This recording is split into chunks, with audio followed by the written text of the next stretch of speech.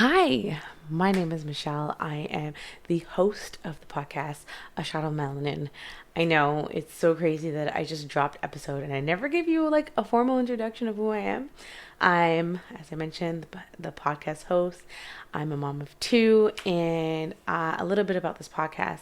I started it back in 2019, and I didn't actually drop our first episode until January of 2020. So, like, just before the pandemic.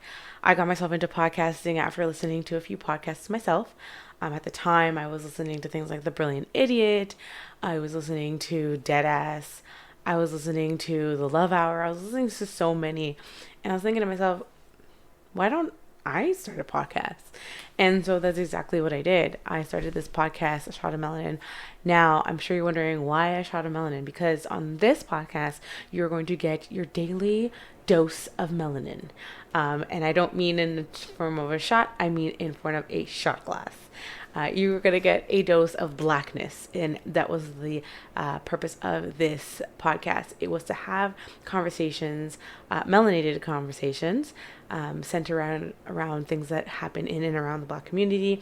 It was also a way to bring forth creators, or having more content creators having discussions on my channel, on my podcast platform.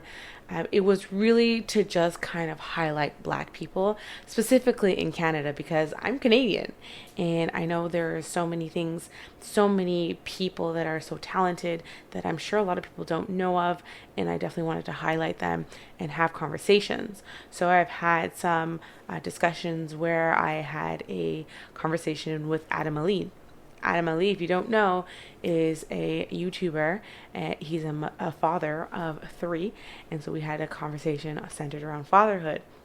He is also Black. He is also Canadian, if you didn't know. I also had a discussion centered around financial literacy, in which I had Rennie the Resource on. That will be an episode I will definitely post on here for you to see, as I did record a video on it. However, if you're itching to hear about it and you want some gems on financial literacy specifically for Canadians here in Canada, I definitely encourage you to subscribe to Rennie's channel, and then you can also listen to her podcast. I do know she also has a podcast of Don't Go Broke Trying. I probably got that wrong, but I'll make sure I put that in the show notes. And you could also follow her on her various social media platforms. So the whole purpose of this was just to kind of highlight Black Canadians and to show the world that we've also got great talent out here. I mean, we have great talent that is already in the States right now. In the terms of musically, we've got people like Drake, The Weeknd, and Division. So I know that we are popping, we are good, we are great, but I just kind of wanted to have more conversation and highlight these people and show the world that we're not just, we're more than just being nice. We have talent here. We have so many smart people around here, and I just kind of wanted to use my platform to highlight that. And so that was the whole purpose of A Shot of Melanin. Now, not everything is serious. I'm not going to lie. Sometimes I get some of my friends on here, and we have conversations on various topics, whether it's politics, like politics here in Canada, or wherever. The States is a great example of one. We do have conversations that are not always so heavy. Sometimes we do like to have fun. And so that was the whole purpose of A Shot of Melanin. Now, on this specific episode, I had done a episode surrounded about love. As you know, we are now coming off of Valentine's Day. So first and foremost, happy Valentine's Day to all the lovers out there, all the couples, all the married couples, whether you are married for 2 years, married for 45 years, or just newly married. Happy Love Day to you guys. But I also want to send even more love to my singles out there. I know for some people, Valentine's Day is a rough week, especially if you're single and you have the vision of wanting to find your special person, wanting to get married. I wish you all the love during this time as we're coming off of the tail end of love. As I record this episode, or this video rather, it is Saturday, of Love Week. So by Sunday, this will all be done. But I do want to send out a special happy Love Week to our singles. I know this time, like I said, could be very hard, and I implore you to just go into a lot of self-love. Just love on yourself right now, whether that is going out for a walk, taking yourself out for dinner, going to a concert, whatever. Just use this time to really pour into your cup, love on yourself. Always remember, Valentine's Day only comes once a year. You're gonna get through it. It's okay. And so this specific episode that I recorded was made for the couples out here. And the reason being that I had this episode is because I remember wanting to have a conversation centered around love. I mean, we've created, and by we, I mean this world has created a billion-dollar industry on love. Whether it is self-help books, whether it's movies, we're always looking for ways to find love, to maintain love, and also to heal from love. So I really wanted to have that conversation. Now, initially, I wanted a therapist on here, and I did reach out to one, but I didn't get an answer back in time from the time that I had to record the episode. And my vision for this episode was to get a therapist on here to discuss love and to discuss like what are the things that can really destroy love, communication style, kind of like dropping some sort of gems. Like I said, I didn't get back to them in time, or they didn't get back to me in time before I dropped the episode. And that's okay. That's fine. I also wanted to get more seasoned couples on. I find there's so much wisdom and so much knowledge when you sit down and you listen to very seasoned couples. So these are couples who've been together for 20, 40, 50 years. I find that there's so much knowledge and you can learn so much from seasoned couples. And maybe, I was definitely open to have couples that were not as seasoned as well, because I do find that when you listen to people's stories, you learn from them. And I know that whenever people say things and other people are listening, it makes them feel like they're not the only one going through their issues. And those words of encouragement can always go a long way. Or in some cases, it could do the complete opposite, but I'm hopeful. And so the whole purpose of this episode was to highlight Black love. Now, none of the things that I wanted to do happen. And you know what? That's fine. Things like these happen. This is the industry. You have to kind of shoot your shot and, hope that somebody says yes and you get the opportunity to do an episode. So I didn't have any luck finding a therapist, and I still really wanted to do this episode. Also, I couldn't find a couple to do the episode. And so I said to myself, okay, well, what are my other options? And I thought to myself, well, if you want people to come, maybe you should lead by example. And so that's exactly what I did on that episode. So that episode is titled My Love Is, which is what we are going to get into today. Now, before I get into a small snippet, I just want to leave two things with you. First of all, I didn't record this visually for you guys, so you're only going to get an audio clip, and it's only a specific time frame of the episode. I'm not going to give you the whole thing. If you want to listen to the whole thing, I do encourage you to go and listen to it on all streaming platforms. So we're on Spotify, Apple Podcasts, Google Podcasts, we're even on Amazon Music and Audible. So we're everywhere. I'm everywhere. I don't know what I'm saying where. I'm everywhere. And so I definitely encourage you to listen to the whole thing. And in this episode, I actually have my fiance, and we are discussing our journey in love. And so I think that if this does well, hopefully this will open up the floodgates for more people to come on, because I would definitely like to have this episode happen again next year for Valentine's Day. Don't worry, singles. I hear you. I will do something for you as well. It is coming, and I will work it in here. But for now, I just wanted to have this conversation. It's been a thought process 3 years in the making. So finally it happened, because if it didn't happen now, it was never going to happen.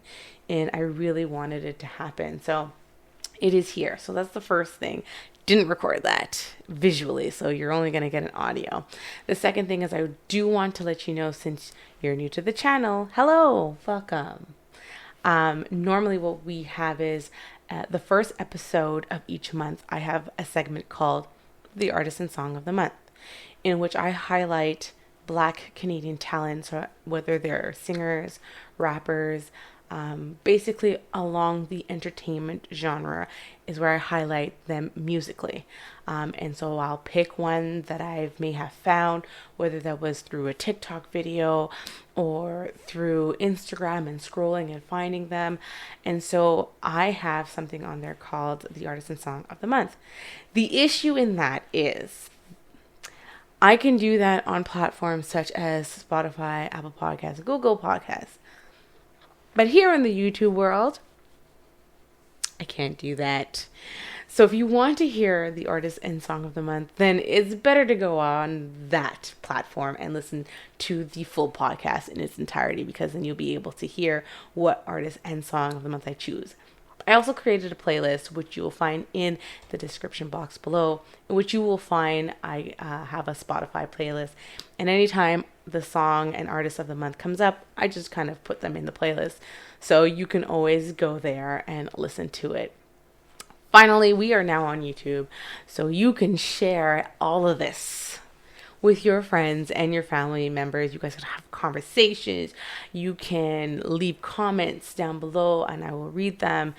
And so I'm going to need any of my YouTube subscribers to do another thing for me. I'm going to need you to rate and review the podcast on those platforms. So we're talking only the two platforms so far right now that I'm aware of at this moment is Spotify and Apple Podcasts. And on those two mediums, you can now rate and review. And so why do I need this? Well, the more you rate and review, the more my podcast can be seen on top charts or recommended podcasts to listen to. So those are my little calls to actions that I need from you. I hope you guys enjoy my podcast. I'm going to leave you with a little tidbit on one specific part in which we talked about, and then I will come back with my final thoughts.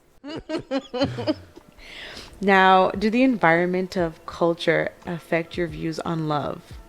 What type of love were you looking? If it was not culture, what type of, what did affect your views on love and what you wanted love to look like for you? That's a good question. I guess, like I mentioned, I feel like a lot of times what men want can sometimes get overlooked, and I feel like in today's culture, as a parent, for example, Mother's Day is extravagant, and Father's Day kind of just comes and goes. So I guess in that kind of culture or that society that we live in, feeling as though men also or sometimes get overlooked, I think for me, love meant not being overlooked and showing appreciation and showing the same amount of love for your man as you would like to have received for yourself. Yeah. So did anything culture, like watching music videos, ever affect your idea of this is what I would like a relationship to look like? Movies, celebrities, anything of that sort that you looked at? Or did you use maybe family members as role models instead? I don't think I looked to anything like that as far as movies or music videos or family members. I think, like I said, it's just more so what I saw in society. And I felt like the opposite of what I saw would be something that I would enjoy. Just the opposite of the fact that I feel like we often get overlooked. So to get looked at and to get appreciated was something that I saw would be my way of this is real love. You know what I mean? Okay. What about you? Unfortunately, I would have to say I was a little bit persuade, and I wouldn't even say from culture. Maybe it was the Disney movies where a princess and a prince, they get married, and you know how they would end it off with, and they lived happily ever after. I think to some degree, I let that affect me a little too much. And I don't think it was celebrities because I wasn't really into celebrities, but I think it was just the mindset of like when you find your prince, you're gonna live happily ever after. They never Fairy tale. Yeah. Yeah, that's. I feel like that's common for women especially. I think that little girls who see this and they watch the princess and they watch the glass shoe and all those things, and it kind of this, and then TV would reinforce that too, and Yeah. so little girls grow up thinking, okay, I have to get married, I have to have a big house, I have to be something under my, so it's off my feet, And he's gonna be my prince, right? And Right. it doesn't literally have to mean a prince there, but like he's the total package, Right. And so I think it definitely. Not proud of it, but I definitely think that Disney culture did not help at all for me, because I think I had developed such a maybe unrealistic view of what love was supposed to be. Okay. Or what it's to look like. Right. And there's a great thing about reality. It likes to slap you in the face. Right. So quickly when I started to actually date is when I realized, okay, so there's no such thing as a fairy tale and you live happily ever after kind of thing. Well, I mean, you can still live happily ever after, but maybe just not in Disney sense. Right. But you're still gonna be, you still want to be happy. I think correct me if I'm wrong. I think what you're referring to is that it's not going to be perfect. In real dating, it's not perfect. Yeah. There's going to be ups and downs. Yeah. The cartoons, Disney cartoons, they don't show you that. Exactly. They just show you the ups. Yeah. There's no downs. There's no downs. And so you literally may go into thinking that this is relationships. Right. Until you get into a relationship of your own. You're like, oh, okay. Yeah, that's not what I saw on That's TV. not new. That is not what I saw on TV. Yeah. So, yeah, I would say that it was unfortunately Disney that ruined it for me. Now, in today's dating world, it seems like people are breaking up. And I mean over the trivial things, not the big things. Like, for example... he chews with his mouth open. Right. Something really small. Okay. Now, they're not heavy things. So why do you think that is? Why do you think people are just like, yeah, no, I'm done. And I mean, maybe 3 months into a relationship because something's small. I think there's a few possible reasons for that. I think human nature is very impatient. People are very impatient. People want things yesterday. And if they feel like, okay, you know what? I can't deal with this, or I don't like this, instead of working on it with the person, they just want to move on to the next one. They want to just say, you know what? It didn't work out. Trying to start over again. It's like, no. Sometimes you have to work on things. Right. And I think people just typically don't want to put in the effort. Also, I feel like social media also has played a part in it as well. And what I mean by that is now we're in a situation where everyone knows hundreds of thousands of people. Like back in the day, if you were in school, you know your people that you went to school with, you know your friends, and that's pretty much it. Now you're on Instagram and you got 10,000 friends and followers, and it's easier to say, like, you know what, it's not working out here. I see 10,000 other women I can talk to. Let me go on to the next woman or the next man.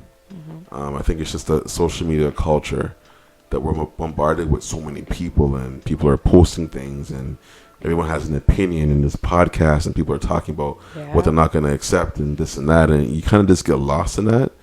And similar to what you were saying about the whole Disney and fairy tale, I think social media can also give you that same effect. You're thinking that, okay, in order for this to be successful, it has to be like this. It has to be perfect. Because people don't typically post the downs. They only post the money, the cars, the outfit. They're always happy. They don't post, when they're upset or when they're down. So it can make you think that, okay, you know what? If it's not working, it must not be the right person for me. On to the next. When in reality, he might be the right person for you. It might take a little bit more work to get to that point. I agree. I do think it's a situation where I think we're kind of a part of the now culture. Like, we want things now. And if it doesn't happen now, then we don't want it. And so you're right, there is that mindset of maybe people are not willing to work for it. I think there's also this narrative that goes out there that they have to be, the person who they're dating has to be perfect, or else I can't be with you. And reality is nobody is perfect. Right. And so I do think that, like you said too, social media doesn't help, because then the mindset is, well, if it doesn't work with this person, I could just go on Instagram, Facebook, TikTok, or whatever, and just like, you could easily just slide into somebody's DMs. Right. So there's so many apps too. Yeah, dating there's apps and there's tons of them, and not necessarily you meet people off of the dating apps. Like I said, just regular, there are so many stories out there of how people have met through Instagram, and started relationships off of that. So I do think I agree with you in that sense that people are not willing to do the work. It's so crazy because I would watch or see comments online, and women would be like, "Oh no, I'm not tolerating that," like as if to say that, let's say whatever the situation is, and they're saying they're not tolerating it anymore, and it's like, yeah, but you have to work at it, or else if you don't work at it, you don't know like what this could blossom to be. right. What's so interesting about that specific part was, I mentioned how people are not willing to do the work, and it's so funny because it made me think about a video that Michelle Obama had, in which she had a discussion about her and Barack. Well, and this is the give and take of relationships that I see in young couples. I see them giving up too fast, right? Because we don't talk about how much work is required and how hard it is, even when you are madly in love with the person, even when everything works out right. Bringing two lives together, Hard. it is one of the hardest things to do. But if you just, if you understand that it is a process, and that a lot of times, and people think I'm being catty by saying this, it's like there were 10 years when I couldn't stand my husband. You do say that. You say 10 long 10 years. And guess when it happened? When those kids were little, right? Yeah. Right? Because, you can be all great individually when you're just married. You got your life, he's got his, you come together. It's all, ooh, good to see you, bye, take it easy. And then you have kids. Not take it easy. Take it easy, you're traveling, that's great, good. I get to hang out and watch the TV I want to watch. Right. But the minute we had kids, it was like, where are you going? And how far? And you start measuring, it's like, how many diapers did you change? And, oh, you're golfing? Oh, you got time? Oh, you got time to golf? How you at the gym all the time? Why you in my brain right now? I'm like, golfing. That's when all the measuring starts, golfing. because you got this project. Yes. And guess what? Little kids, they're terrorists. They are. They have demands. Oh my God. They don't talk. right. They're poor communicators. They cry all the time. They're irrational. They're selfish. Needy. And you love them more than anything. Oh. And so you can't blame them. No. Right? Because look, they're cute and he's so cute. And look at him throwing his plate. That's so cute. So you turn that ire on each other. Yes. And for 10 years while we're trying to build our careers and, worrying about school and who's doing what and what, I was like, this isn't even. No. And guess what? long time. Life Marriage ain't even. isn't 50-50. Yeah. Ever. There are times I'm 70, he's 30. There are times he's 60, 40. But guess what? 10 years, we've been married 30. Wow. I would take 10 bad years over 30. It's just how you look at it, right? And people give up for the 5 years. I can't take it. How it was do you bad. know? What is the, because sometimes You gotta should- know your person. Do you like him? I mean, you could be Right. mad at him, but do you still look at him and go, I'm not happy with you, but I respect you. I don't agree with you, Yes. but you're still a kind, smart person. Yes. The feelings are gonna change over time, right? Yes. You're not gonna always be.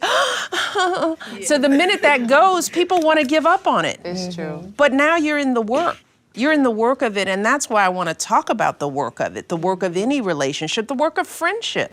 I remember specifically watching this video and thinking, yeah, she's right.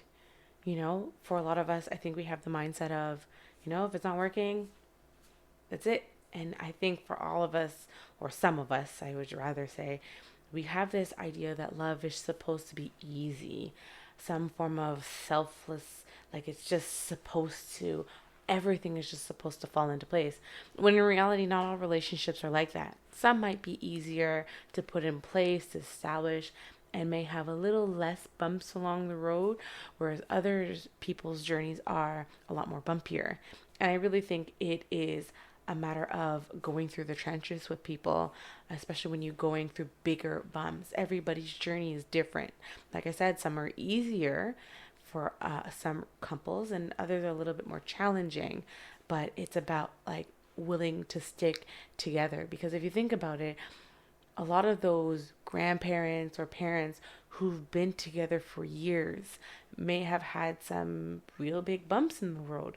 Now, I'm not always speaking in the case where everybody automatically thinks, but what about infidelity? Hey, man, I know nothing about that. And if infidelity is an issue in your relationships, and if you want to work on it, I would definitely encourage you to seek some sort of professional to help you navigate coming back together after trust has been broken. But I'm talking about the small problems, the lack of communication. I'm talking about not being able to really come together as a couple for a common goal. I'm talking about those ones. I'm saying that definitely stick together because you never know where your love can be. Think of it like a love story. Love stories are always start off nice and then it gets messy.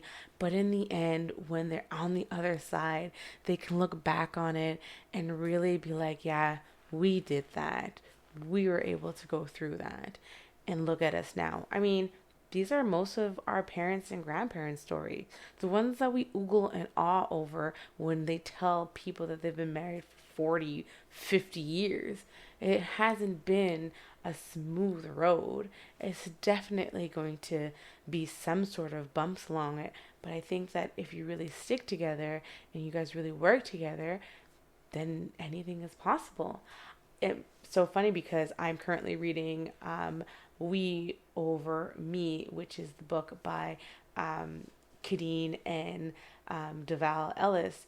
And the highlight of their books is basically about how they had a common interest and they knew in their specific situation, because they are married, they knew divorce was not an option and that they knew that relationship means work. And I think for a lot of people, I don't think people are cognizant on the fact that, yeah, relationships are not easy. They're not a walk in the park. They're not just going to happen. You have to work at it. And so I definitely encourage people who are in relationships, especially if you're going through a little bit of a tough season right now, to definitely stick it through because you never know what it could lead. So just to end it off, I saw this great video on Instagram and I want you guys to take a look. Yeah, we're actually fighting now. She's fighting by herself. No, you owe me an apology. She's fighting by herself. I'm not fighting. I'm usually a peaceful one. You do owe me an apology, though. That was a great first question. You were very rude to me on the phone. Yeah, we do fight. We're humans. Who don't fight? Come on. Jesus fought with his disciples. Who am I? Not to fight. You know what I mean? We do fight, but we communicate very well, so it really doesn't last long. She stayed mad, but once I apologize, I keep it moving. Are you going to apologize now? I don't think I was wrong. Next question. I think you were wrong. Okay, baby. Thank you, Okay. Jan. That was a great first question. You can't just apologize, just apologize. No, but I need to you voice my made me opinion. feel- I can't control how I make you feel. I just voice my opinion. If you took it the wrong way, that's something we need to discuss. But not right now. I'm hungry and I'm trying to get this interview done. Yeah, we fight.